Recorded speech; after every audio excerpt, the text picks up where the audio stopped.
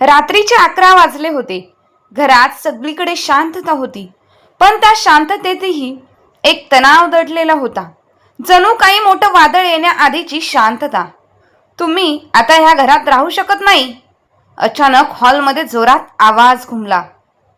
वडील थरथरत उभे होते, डोळ्यात पाणी, हातात जुनी पिशवी, आणि समोर उभा होता त्यांचा स्वतःचा असा मुलगा, ज्याच्यासाठी त्यांनी आयुष्य घालवलं, ज्याच्यासाठी त्यांनी स्वतःची स्वप्ने मोडली. तोच आज त्यांना घराबाहेर काढत होता. काय उपयोग झाला आहे? तुमचा दिवसभर बसून राहता, काही काम नाही, काही कमाई नाही. मुलाच्या आवाजात तुच्छता होती, राग नव्हता. तो थंडपणा जास्त भयानक होता. आई कोपऱ्यात उभी होती, पण ती काही बोलली नाही, कारण तिलाही माहीत होतं घरात पैसे येत नव्हते. पण एक गोष्ट कोणालाही माहीत नव्हती की त्या म्हाताऱ्या बापाच्या डोळ्यामागे एक असं गुपित होतं, जे जर बाहेर आलं असतं तर सगळ्यांचं आयुष्य बदलणार होतं. वडिलांनी एकदा शेवटचं घराकडे पाहिलं. हेच ते घर जे त्यांनी स्वतःच्या हातांनी उभं केलं होतं. पण आज त्याच घरात त्यांना जागा राहिली नव्हती. ते काही बोलले नाहीत, फक्त हळूहळू वळले आणि दरवाजाकडे चालू लागले. पावलात ताकद नव्हती, पण मनात काहीतरी ठाम होतं. दरवाजा बंद झाला आणि त्या आवाजाने जणू एक नातं कायमचं तुटलं. त्या रात्री पाऊस जोरात सुरू झाला. वडील मात्र रस्त्यावर चालत होते. अंगावर जुना शर्ट, पायात चप्पल सुद्धा नीट नव्हती, पण त्यांच्या चेहऱ्यावर एक विचित्र शांतता होती. जणू काही ते हरवले नव्हते, जणू काही हा शेवट नव्हता. ते थोड्या वेळाने एका जुन्या बस स्टॉपवर बसले. पिशवीतून त्यांनी एक लहानसा डब्बा काढला. त्या डब्यात एक फोटो होता. लहान मुलगा, हसरा चेहरा, तोच त्यांचा मुलगा. वडिलांच्या डोळ्यांतून पाणी आलं. मी तुला कधीच सांगितलं नाही, पण आज वेळ आली आहे, ते स्वतःशीच पुटपुटले. तेवढ्यात एक काळी कार त्यांच्या समोर येऊन थांबली. कार खूप महागडी दिसतही होती. त्या बस स्टॉपवर अशी कार येणं म्हणजे एक विचित्रच होतं, कारण कारचा दरवाजा उघडला. एक सूट-बूट घातलेला माणूस बाहेर आला. तो सरळ त्या म्हाताऱ्या माणसाकडे चालत आला. सर, तुम्ही इथे? त्या माणसाचा आवाज आदराने भरलेला होता. वडील, बाबा ते हलकेच हसले. हो, वेळ आली आहे. बहुतेक त्या माणसाने लगेच छत्री उघडली आणि वडिलांच्या डोक्यावर धरली. सगळं तयार आहे सर, तुमची वाट बघतच आहेत.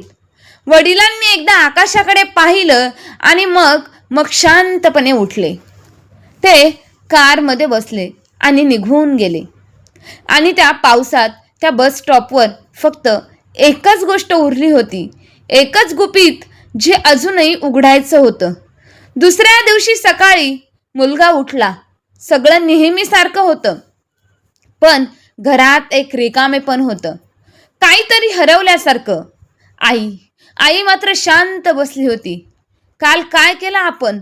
मुलगा थोडा अस्वस्थ झाला, पण लगेचच त्याने स्वतःला समजावलं. बरोबरच केलं. जे केलं ते बरोबरच होतं. कामच करत नव्हते ते. तेवढ्यात दारावरची बेल वाजली. मुलगा दरवाजा उघडायला गेला आणि दरवाजा उघडताच त्याच्या चेहऱ्यावरचा रंग उडाला. रंग बदलला. बाहेर उभे होते काही लोक सूट बूटमध्ये, आणि त्यांच्या मागे उभी होती तीच काळी महागडी कार. तुम्ही? मुलगा घाबरून विचारतो. त्यातला एक माणूस पुढे आला आणि तुमच्या वडिलांबद्दल बोलायला आलो आहोत, असं म्हणाला. मुलाच्या हातातून दरवाजाची कडी सटकली. काय झालं त्यांना? तो माणूस हलकाच हसला. तुम्हाला खरंच माहीत नाही? त्या प्रश्नाने वातावरण पूर्णपणे बदललं. अजूनच गोड झालं. आई पण आता दरवाजाजवळ आली होती. तिच्या डोळ्यात भीती होती. त्या माणसाने फाईल पुढे केली. हे बघा. आणि मग आणि मग ठरवा तुम्ही काय केलं आहे ते. मुलाने थरथरत्या हाताने फाईल घेतली आणि उघडली आणि पहिल्याच पानावर लिहिलेलं होतं. जे लिहिलं होतं ते पाहून त्याचे पाय थरथरले, डोळे मोठे झाले आणि ओठांमधून फक्त आणि फक्त एकच शब्द बाहेर पडला, करोडपती. त्याच्या डोक्यात सगळं फिरायला लागलं. हे हे कसं शक्य आहे? त्या माणसाने शांतपणे उत्तर दिलं, कारण तुमचे वडील फक्त एक साधे माणूस नव्हते, ते आहेत एक खूप मोठ्या कंपनीचे मालक. घरात शांतता पसरली आणि त्या शांततेमध्ये एकच प्रश्न घुमत होता. जर ते करोडपती होते तर त्यांनी इतके दिवस हे सगळं का लपवलं? आणि सर्वात मोठा प्रश्न, आता ते परत येणार का, की आता खूप उशीर झाला आहे? दरवाजा अजूनही उघडाच होता. मुलाच्या हातामध्ये ती फाईल थरथरत होती. डोळे त्या कागदावर खिळले होते, पण मेंदू काही स्वीकारायला तयार नव्हता. हे खोटं आहे, तो पुटपुटला. समोर उभा असलेला सूट बूट घातलेला माणूस शांतपणे म्हणाला, जर खोटं वाटत असेल तर शेवटचं पान उघडा. मुलाने हळूच फाईलच्या सर्वात शेवटचं पान उघडलं आणि त्या पानावर एक फोटो होता. मोठ्या ऑफिसच्या खुर्चीवर बसलेले, सूट बूट घातलेले, चेहऱ्यावर पूर्णपणे आत्मविश्वास. तो माणूस होता रामदास. त्याचे वडील. मुलाच्या अंगातून जणू वीजच गेली. हे शक्यच नाही. त्याचा आवाज आता पूर्णपणे तुटला होता. आईनेही तो फोटो पाहिला. तिच्या हातातून ओढणी खाली पडली. आपण काय केलं? ती रडत रडत म्हणाली. तो माणूस पुढे आला. तुम्हाला माहीत आहे का, तुमचे वडील गेल्या 25 वर्षांपासून एक मोठी नामांकित कंपनी चालवत होते. घरात पुन्हा एकदा शांतता पसरली, पण त्यांनी कोणालाही काहीही सांगितलं नाही. का? मुलगा ओरडला. त्या माणसाने खोल श्वास घेतला, कारण त्यांना भीती होती की पैशामुळे नातं बदलू नये. हे ऐकून मुलाच्या डोळ्यात मात्र आता पाणी आलं. त्याच्या डोक्यात कालची प्रत्येक गोष्ट फिरू लागली. तो क्षण होता, तोच आवाज, तोच शब्द, बिनकामाचा बाप. काल रात्री तो माणूस पुढे बोलू लागला. तुमचे वडील आमच्याकडे आले आणि त्यांनी एक निर्णय घेतला. मुलगा अचानक पुढे आला आणि विचारलं, कुठला निर्णय? त्या माणसाने त्याच्याकडे सरळ पाहिलं. ते त्यांच्या आयुष्याचा सगळा हिशोब बदलणार होते आणि बदलणार होत आहेत, आणि त्यात तुम्ही नाही आहात. हे ऐकताच मुलाच्या छातीत काहीतरी कोसळलं. नाही, असं होऊच शकत नाही. तो जोरात मोठ्याने ओरडत म्हणाला, मी त्यांचा मुलगा आहे. होतो. तो माणूस थंडपणे म्हणाला. आई जमिनीवर बसली होती, रडत होती. घरातलं सगळं आता बदललं होतं. कालपर्यंत ज्याला त्यांनी ओझं समजलं होतं, ज्या बापाला त्यांनी ओझं समजलं, तोच आज त्यांच्या आयुष्याचा आधार होत आहे. पण आता तो त्यांच्याकडे नव्हता. ते कुठे आहेत? मुलाने घाबरून विचारलं. थोडा वेळ शांतता आणि मग उत्तर आलं. आज संध्याकाळी त्यांचा एक मोठा कार्यक्रम आहे. तिथे ते एक घोषणा करणार आहेत. मुलाच्या डोळ्यात आशेची एक छोटीशी किरण चमकली. मी त्यांना भेटू शकतो? तो माणूस काही क्षण त्यांच्याकडे पाहत राहिला. मग हळू आवाजात म्हणाला, भेटू शकतो, पण तुम्ही जे पाहणार आहेत ते सहन करण्याची तयारी ठेवा. संध्याकाळ झाली. एक मोठं हॉटेल, लाईट्स, कॅमेरे, लोकांची गर्दी, आणि आई थरथरत आतमध्ये गेले. त्यांचं मन जोरात धडधडत होतं. ते स्टेजवर पडदा लागलेला होता. सगळे लोक काहीतरी मोठं होणार आहे याचीच वाट पाहत होते, आणि अचानक लाईट्स बंद झाले. पूर्ण हॉल अंधारात गेला. मुलाच्या कपाळावर घाम आला. त्याचं हृदय जोरात धडधडत होतं.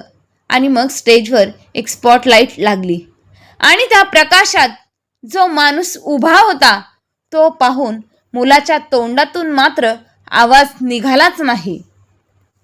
तो होता रामदास, पण आता तो वेगळाच दिसत होता. सूट बूट, डोकं उंच, डोक्यात ताकद. तो आता बाप नव्हता. तो होता एक साम्राज्य उभं करणारा माणूस. रामदास मैक हातात घेतला आणि पहिल्याच वाक्यात बोलला, आज मी एक असा निर्णय घेणार आहे. हॉलमध्ये पूर्णपणे शांतता पसरली. मुलाचं हृदय थांबण्याच्या अवस्थेतच आलं होतं. आज मी माझ्या संपत्तीचा वारस जाहीर करणार आहे. मुलाच्या चेहऱ्यावर पुन्हा आशा दिसली. कदाचित अजूनही वेळ गेलेली नाही, तो मनात म्हणाला. पण पुढचं वाक्य ऐकताच त्याचं ते म्हणणं, त्याचं ते आयुष्य उलट राहिलं. रामदास म्हणाले, आणि तो वारस माझा मुलगा नाही आहे. हॉटेलमध्ये एकदम शांतता पसरली होती. रामदासच्या त्या एका वाक्याने माझा मुलगा वारस नाही सगळ्यांच्या मनात धक्का बसला होता. मुलाच्या डोळ्यात पाणी आलं. तो जागेवर थिजून उभा राहिला. हे मी काय ऐकलं आहे? त्याच्या कानावर तर विश्वास बसत नव्हता. आई त्याचा हात पकडून उभी होती.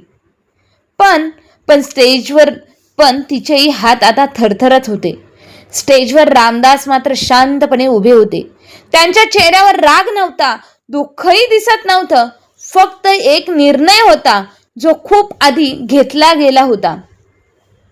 माझ्या आयुष्यात मी खूप काही पाहिलं. ते हळूहळू बोलायला लागले.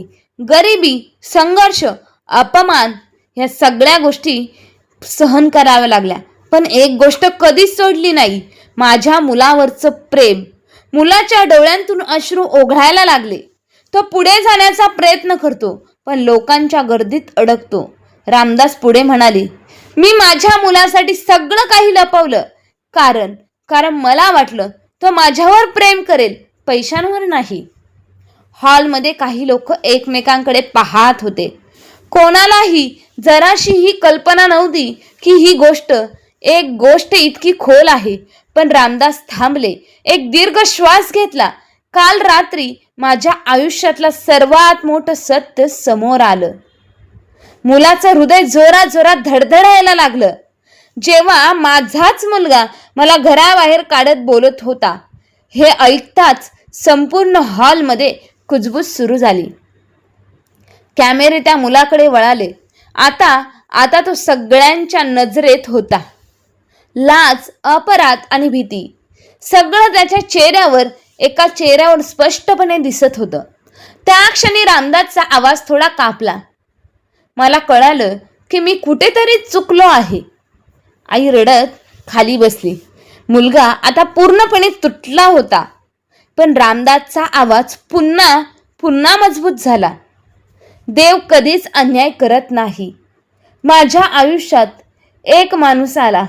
हॉलमध्ये सगळ्यांचं लक्ष आता एकदम वाढलं. ज्याने मला बाप मानलं. मुलाच्या डोळ्यात पुन्हा धक्का, आणि त्याने मला तो सन्मान दिला जो माझ्या स्वतःच्या मुलाने मला कधीही दिला नाही. तो माणूस आज इथेच आहे. हॉलमध्ये लाईट्स फिरू लागल्या. लोक इकडे तिकडे पाहू लागले. मुलाचं हृदय मात्र आता थांबण्याच्या अवस्थेत आलं. कोण आहे तो माणूस? त्याच्या मनात एकच प्रश्न. आणि मग स्टेजच्या बाजूने एक तरुण मुलगा चालत आला. साधे कपडे, पण चेहऱ्यावर पूर्ण आत्मविश्वास, डोळ्यांमध्ये आदर. तो सरळ रामदास जवळ जाऊन उभा राहिला आणि त्यांच्या पायाला स्पर्श करून हात लावला. रामदासने त्याच्या खांद्यावर हात ठेवला आणि माईकमध्ये म्हणाले, हाच आहे तो मुलगा, माझा खरा वारस. याने मला रस्त्यावरून उचललं जेव्हा मी एकटाच होतो. याने मला बाप म्हणून स्वीकारलं. हॉलमध्ये टाळ्यांचा कडकडाट झाला. पण त्या आवाजात एका मुलाचं आयुष्य तुटत होतं. मुलगा जोरात ओरडायला लागला, बाबा. सगळे थांबले. तो गर्दीतून पुढे आला. डोळ्यांतून अश्रू, आवाज थरथरत होता. मला माफ करा, मी चूक केली. तो स्टेजवर समोर येऊन गुडघ्यांवर बसला. मी तुमच्यासोबत वाईट वागलो, पण मी तुमचा मुलगा आहे. हॉलमध्ये आता पूर्णपणे सगळे शांत झाले होते. सगळ्यांची नजर आता रामदासवर होती. हे ते काय उत्तर देणार? रामदास काही क्षण त्यांच्याकडे पाहत राहिले. त्या नजरेत प्रेम होतं, पण त्या प्रेमामागे एक कठोर सत्य होतं. ते हळूहळू पुढे आले. मुलगा आशेने वर पाहत होता. कदाचित आता सगळं ठीक होईल, तो मनात म्हणाला. पण पुढच्या क्षणी रामदासने जे केलं ते पाहून संपूर्ण हॉल स्तब्ध झाला. हॉलमध्ये श्वासही ऐकू येईल इतकी भयानक शांतता होती. मुलगा गुडघ्यांवर बसलेला, डोळ्यात पश्चाताप, ओठ थरथरत होते. बाबा, एक संधी द्या. बाबा, फक्त एक संधी द्या. त्याचा आवाज तुटत होता. सगळ्यांच्या नजरा रामदासवर खेळल्या होत्या, पण ते हळूहळू पुढे आले. स्टेजच्या काठावर येऊन उभे राहिले. मुलगा आशेने त्यांच्या डोळ्यात पाहत होता. रामदास खाली वाकले, हात पुढे केला. क्षणभरासाठी मुलाच्या चेहऱ्यावर आनंद चमकला. बाबा, बाबा मला उभं करणार, सगळं ठीक होणार, तो मनात म्हणाला.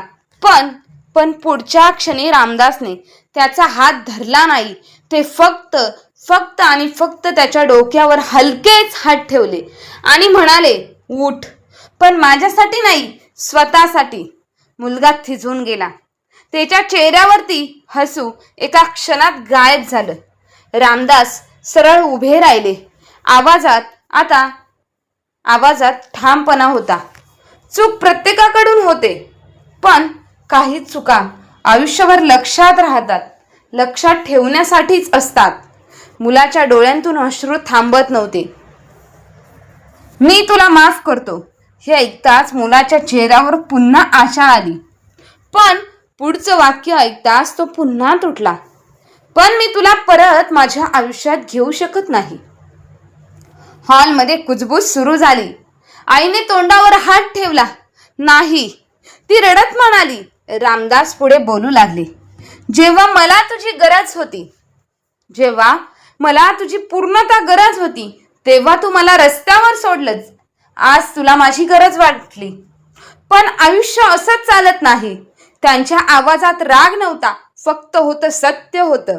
मुलगा पूर्णपणे कोसळला. बाबा, मी काहीही करेन, तुमच्यासाठी काम करेन, पण मला सोडू नका. त्याचा आवाज हॉलमध्ये घुमत होता. पण रामदास शांत उभे होते. त्यांनी मागे उभ्या असलेल्या त्या तरुणाकडे पाहिलं आणि याने काही मागितलं नाही, फक्त आणि फक्त साथ दिली. त्या तरुणाच्या डोळ्यात आदर होता. तो काही बोलला नाही. रामदासने माईक उचलला. आजपासून माझी सगळी संपत्ती आणि माझं सगळं साम्राज्य, सगळ्यांचा श्वास थांबला ह्या मुलाच्या नावावर आहे. टाळ्यांचा कडकडाट झाला. लाईट्स चमकल्या आणि पण मात्र त्या आवाजात एका मुलाचं आयुष्य संपत होतं. मुलगा खाली बसला होता. डोळे रिकामे झाले होते. आता त्याला आता सगळं कळालं होतं. पैसे, घर, बाप, सगळं त्याने स्वतःच्याच हातांनी गमावलं होतं. रामदास स्टेजवरून खाली उतरले. एक क्षणासाठी ते थांबले, मुलाकडे पाहिलं आणि मग त्या नजरेत अजूनही प्रेम होतं. पण आता ते प्रेम दूर गेलं होतं. ते वळाले आणि चालत निघून गेले. त्या रात्री मुलगा एकटाच रस्त्यावर बसला होता. पाऊस पडत होता. जसा त्या दिवशी पडला होता, फरक इतकाच होता. त्या दिवशी बाप रस्त्यावर होता आणि आज मात्र मुलगा रस्त्यावर होता. तो स्वतःशीच पुटपुटला, काळ खरंच सगळं परत देतो. आणि त्या शब्दांसोबत त्याच्या डोळ्यांतून अश्रू वाहू लागले. मित्रांनो, कथा इथे संपत नाही, कारण काही महिन्यानंतर असं काही घडणार होतं जे सगळंच्या सगळं पुन्हा एकदा बदलून टाकणार होतं. आणि यावेळी मात्र निर्णय मुलाच्या हातात असणार होता. पावसाचे थेंब अजूनही जमिनीवर आटपत होते. रस्ता ओला होता आणि त्या रस्त्यावर बसलेला मुलगा होता. तो मुलगा ज्याच्याकडे सगळं होतं, पण आता काहीच उरलं नव्हतं. डोळे लाल झाले होते. मन पूर्णपणे तुटलं होतं. तो स्वतःशीच पुटपुटला, मीच माझं सगळं जीवन संपवलं. दिवस गेले, आठवडे गेले, जीवन थांबलं. मात्र त्याचं आयुष्य मात्र थांबल्यासारखं झालं होतं. मित्र गेले, पैसे संपले, घर विकावं लागलं आणि एक दिवस तोच मुलगा कामाच्या शोधात रस्त्यावर भटकत होता. एक ठिकाणी जॉब वॅकन्सी बोर्ड दिसला. तो थांबला. मोठं ऑफिस होतं. काचीच्या भिंती, सेक्युरिटी, आत बाहेर येणारे लोक. तो थोडा घाबरला, पण आता आत गेला. नाव काय? रिसेप्शनवरून आवाज आला, अमोल. तो हळू आवाजात म्हणाला, क्वालिफिकेशन? तो काही सेकंद शांत राहिला, कारण त्याच्याकडे आता सांगायला काहीच उरलं नव्हतं. कारण ठीक आहे, तुम्ही इंटरव्ह्यूसाठी बसा. तेव्हा एक रूममध्ये त्यांना बसवलं गेलं. हृदय जोराजोरात धडधडत होतं. जर ही नोकरी मिळाली नाही तर मी आता पूर्णपणे संपलो, तो मनात म्हणाला. दरवाजा उघडला आणि आता जो माणूस आला होता तो पाहून अमोलचा श्वास अडखळला, कारण तो होता तोच तरुण ज्याला रामदासने आपला वारस बनवलं होतं. तो शांतपणे समोर बसला. फाईल उघडली. अमोलकडे पाहिलं. काम करशील? तो साध्या आवाजात म्हणाला. अमोल लगेच म्हणाला, हो, काहीही करीन. त्याच्या आवाजात मात्र आता ठामपणा होता. आता अहंकार नव्हता, फक्त गरज होती. तो तरुण हलकासा हसला. माहीत आहे, तुझ्याकडे सगळं होतं, पण तू गमावलंस. अमोलने मान खाली घातली. डोळ्यात पाणी आलं. पण तो तरुण पुढे म्हणाला, आयुष्य दुसरी संधी देते. अमोलने आश्चर्याने वर पाहिलं. तुला नोकरी मिळते हे ऐकताच अमोलच्या डोळ्यात अश्रू आली. तो विश्वास ठेवू शकतो. फक्त एक अट आहे. हृदय पुन्हा जोराजोरात धडधडलं. तुला खालीपासून सुरुवात करावी लागेल, एक सामान्य कामगार म्हणून. अमोलने लगेच मान हलवली. मला काहीही चालेल. तो तरुण उठला. दरवाजाकडे जाऊ लागला, पण थांबला आणि मागे वळून म्हणाला, आणि एक गोष्ट, अजून तुझे वडील आजही तुझी वाट बघतात. अमोलच्या डोळ्यात आशेचा किरण चमकला. खरंच? त्यांचा आवाज थरथरत होता. त्या तरुणाने हलकं स्मित केलं. आणि हो, पण यावेळी तुला स्वतःला सिद्ध करावं लागेल. काही महिन्यांनी अमोल खूप बदलला होता. तो मेहनत करत होता, प्रामाणिकपणे जगत होता. आता त्याला पैशांची किंमत नव्हती. आता त्याला नात्यांची किंमत समजली होती. ती एक दिवस ऑफिसमध्ये एक बातमी आली, आज कंपनीचे मालक येणार आहे. सगळे तयार झाले. अमोलचं हृदय मात्र आता जोराजोरात धडधडायला लागलं. दरवाजा उघडला आणि आत आले रामदास. अमोल जाग्यावरच थांबला. डोळ्यांतून अश्रू वाहू लागले. तो हळूहळू पुढे गेला. यावेळी तो काहीच बोलला नाही, फक्त त्याच्या पायाला हात लावला. रामदास काही क्षण शांत उभे राहिले. मग त्यांनी त्याला उचललं आणि पहिल्यांदाच त्याला मिठी मारली. त्या मिठीत राग नव्हता, दुःख नव्हतं, फक्त एक नातं पुन्हा जिवंत झालं होतं. रामदास हळूच म्हणाले, यावेळी तू माझा मुलगा बनून दाखवलंयस. अमोल रडत होता, पण यावेळी तो आनंदाने रडत होता. कथा इथे संपते, पण एक सत्य सोडून जाते. पैसे मिळवणं सोपं आहे, पण नातं जपणं खूप खूप कठीण आहे. आणि वेळ गेल्यावर प्रत्येकाला दुसरी संधी मिळेलच असं नाही. तर मित्र आणि मैत्रिणींनो, तुम्हाला या कथेबद्दल तुमचं काय मत आहे ते कमेंट करून नक्की कळवा. आणि अशाच नवनवीन कथा ऐकण्यासाठी आपल्या चॅनलला लाईक, शेअर, सबस्क्राईब नक्की करा. धन्यवाद.